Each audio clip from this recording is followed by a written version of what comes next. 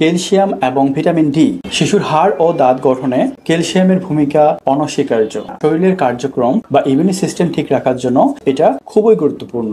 রক্তে জমাট বাঁধা, নার্ভ ঠিক মতো কাজ করা, পেশির কাজ ঠিক মতো করা, এটার জন্য আমাদের অনস্বীকার্য হিসেবে কাজ করে। গর্ভের শিশুর হাড় খুব দ্রুত বৃদ্ধি পায়, বিশেষ করে প্রেগন্যান্সির শেষের 3 মাস।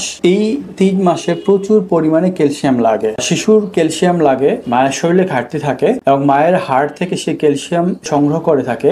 এর জন্য মায়ের অস্টিওপোরোসিস বা ভবিষ্যতে হাড় দুর্বলতা হওয়ার সম্ভাবনা থাকে। আমাদের দেশের মানুষদের সাধারণত ভিটামিন ডির ক্ষেত্রে ভিটামিন ডি ক্যাপসুল সাজেস্ট করে থাকেন, কারণ বাংলাদেশ, ইন্ডিয়া, তারপরে এই আশেপাশে যে কান্ট্রিগুলো আছে, মায়ানমার বলি, পাকিস্তান বলি, এইগুলোর মানুষগুলো আমরা সাধারণত রোদে কম যাই, এর জন্য ভিটামিন ডির স্বল্পতা লেগে থাকে। এর জন্য বাইরে থেকে আমাদের ওষুধ নিতে হয়, ওষুধের মাধ্যমে এটা খেতে হয়। তবে এই ওষুধ খাওয়ার পাশাপাশি আমরা সকালের মিষ্টি রোদে কিছুক্ষণ থাকবো, তাহলে এর অভাবটা আমাদের পূরণ হয়ে যাবে। তবে ক্যালসিয়ামের ক্ষেত্রে একটি গুরুত্বপূর্ণ সতর্কতা আছে। ক্যালসিয়ামের সাথে যদি আমরা আয়রন যে খেতে হয়, আয়রন আর ক্যালসিয়াম আমরা একই সাথে খাবো না, সকাল এবং রাত মানে 2 বেলা আলাদা আলাদা সময় খাবো। কারণ একসাথে খেলে এই আয়রনের কারণে ক্যালসিয়ামের শোষণ ক্ষমতা কমে যায়, অর্থাৎ আপনি খাচ্ছেন কিন্তু সেটা আপনার শরীরে কম কাজ করবে। এই ক্যালসিয়ামের ভালো উৎস কোন খাবারগুলো, চলুন এখন সেটা জেনে নেই।